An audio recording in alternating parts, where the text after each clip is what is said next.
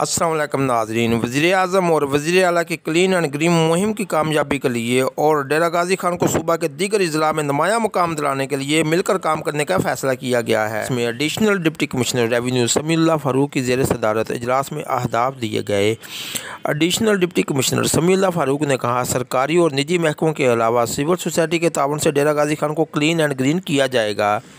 शजरकारी, सफाई और इमारतों को रंगो रोगन किया जाएगा। मुहिम का पहला और बाद का तस्वीरी रिकॉर्ड और वीडियो रिकॉर्ड मुरतब किया जाएगा। हर फर्द की शमूलियत से मुहिम को कामयाब किया जा सकता है, जिसके लिए भरपूर आगाही मुहिम चलाने की ज़रूरत है। अपने घर, गली और मोहल्ला में सरगर्मी करके इनको रिकॉर्ड पर लाया जाए।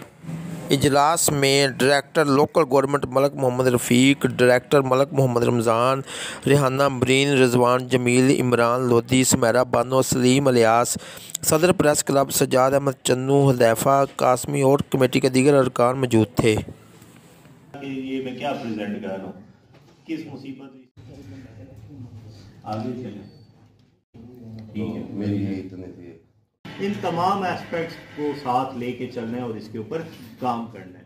हम सारों ने जैकेटें, स्वेटर पहने, उधर किसी।